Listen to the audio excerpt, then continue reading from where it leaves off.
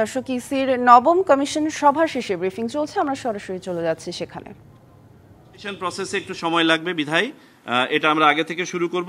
এখানে আনুমানিক 3 সপ্তাহ সময় দেওয়া হবে। বিশ্বব্যাপী আমাদের প্রবাসী বাংলাদেশি যারা আছেন তারা যেন স্বাচ্ছন্দ্যে এটাতে আপনার রেজিস্ট্রেশন করতে পারেন ভোট দেওয়ার জন্য। এই গেল হচ্ছে সংক্ষেপে আপনার out of country voting. In country voting যেটা আছে পোস্টাল ব্যালট, আপনারা জানেন এখানেও 3 ধরনের ভোটার আছেন যারা পোস্টাল ব্যালটে ভোট দিতে পারেন, যেমন সরকারি কর্মচারী, তারপরে ভোট ব্যবস্থাপনা এবং ভোট অনুষ্ঠানের সাথে যারা সম্পৃক্ত থাকেন তারা, এবং আইনে হেফাজতে থাকা ব্যক্তিবর্গ জেলখানায় বা অপরাপর জায়গায়। তাদের জন্য আমরা অনলাইনে রেজিস্ট্রেশনের পদ্ধতি চালু করব এবং একই ব্যালট পেপার তাদেরকেও সরবরাহ করা হবে ভোট দেওয়ার জন্য। আমরা আশা করছি এই পদ্ধতি অবলম্বন করার ফলে দেশের ভিতরে এবং বাইরে একটা উল্লেখযোগ্য সংখ্যক ভোট আমরা এবার আনতে পারব।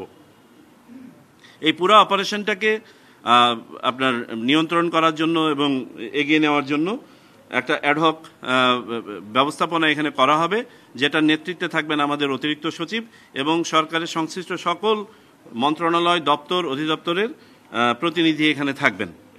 এই ব্যবস্থাপনা এখন থেকে শুরু করে ভোট হওয়া পর্যন্ত। সেপ্টেম্বর মাস থেকে শুরু করে আমরা ধাপে ধাপে বিভিন্ন পর্যায়ে এবং বিভিন্ন পদ্ধতিতে আমাদের প্রবাসী ভোটারদেরকে সেন্সিটাইজ করা, অবহিত করা এবং তাদেরকে ভোটার এডুকেশনের কাজটা করা হবে।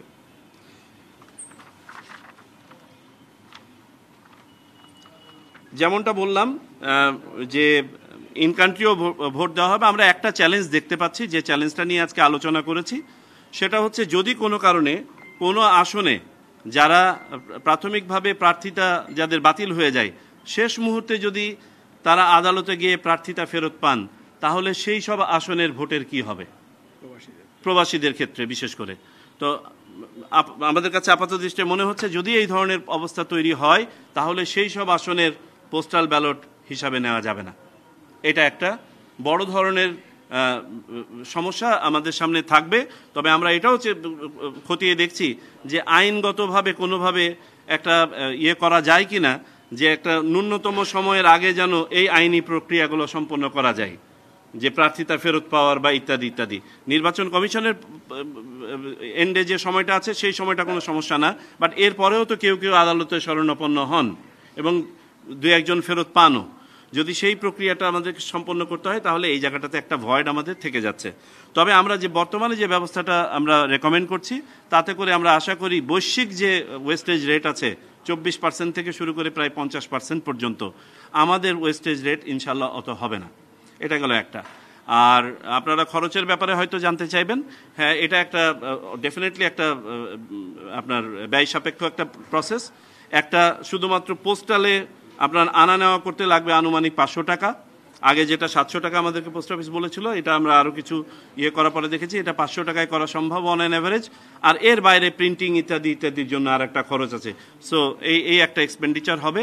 তো আমরা যেটা করেছি যে আমরা প্রতি লক্ষ ভোটারের জন্য একটা আনুমানিক হিসাব করে, যে আমরা তো জানি না কতজন রেজিস্ট্রেশন করবেন, কতজন ভোট দিবেন, আমরা একটা প্রাক্কলিত বাজেট সরকারের কাছে এটার জন্য ডিমান্ড করব, এই পোস্টাল ব্যালটটা শুধুমাত্র আপনার অনুষ্ঠান করার জন্য। আর পাশাপাশি আপনারা জানেন যে আমাদের ইতোমধ্যে একটা প্রজেক্ট প্ল্যানিং কমিশনে গিয়েছে, যেটা হচ্ছে আমাদের প্ল্যাটফর্মটা ডেভেলপ করা, রেজিস্ট্রেশন প্ল্যাটফর্ম ইত্যাদি ইত্যাদি, এবং এটাকে কন্ডাক্ট করানোর জন্য আমরা আশা করছি এটা অতি শীঘ্রই এই প্রজেক্টটাও পাস হয়ে যাবে। আর একটা বিষয় আপনাদেরকে অবগত করতে চাই, ওটা ছিল 48 কোটি টাকা, ওটা তো আপনাদেরকে গত ব্রিফিংয়ের সময় বলেছি। আচ্ছা, আর এইটা আমরা বললাম যে ধরেন প্রত্যেক 1 লক্ষ ভোটারের জন্য যদি আমার 600 টাকা হয়, তাহলে ধরেন কত হবে? আগে বলেছিলাম 700। হ্যাঁ, এখন যদি আমরা ধরি যে 500 টাকা যদি আপনার পোস্টেজের জন্য যায়, আরও 100-200 টাকা প্রিন্ট ইত্যাদি সব কিছুর জন্য যায়, রাফলি 6 থেকে 7 কোটি টাকা প্রত্যেক 1 লক্ষ ভোটারের জন্য লাগবে আমাদের, প্রত্যেক 1 লক্ষ ভোটারের জন্য। এটা একটা রাফ ক্যালকুলেশন আপনাদেরকে, এটা থেকে একটু কম বা বেশি হতে পারে।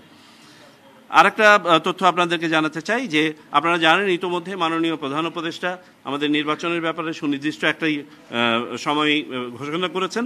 সেটার আলোকে আমরা আলোচনা করেছি যে কত তারিখের পর্যন্ত ভোটারকে আমরা সন্নিবেশ করতে পারবো। আপনারা জানেন যে ভোটার তালিকা আইনেও আমরা সামান্য সংশোধন প্রস্তাব করেছিলাম, যেটা আমাদের উপদেষ্টা পরিষদ অ্যাপ্রুভ করেছে।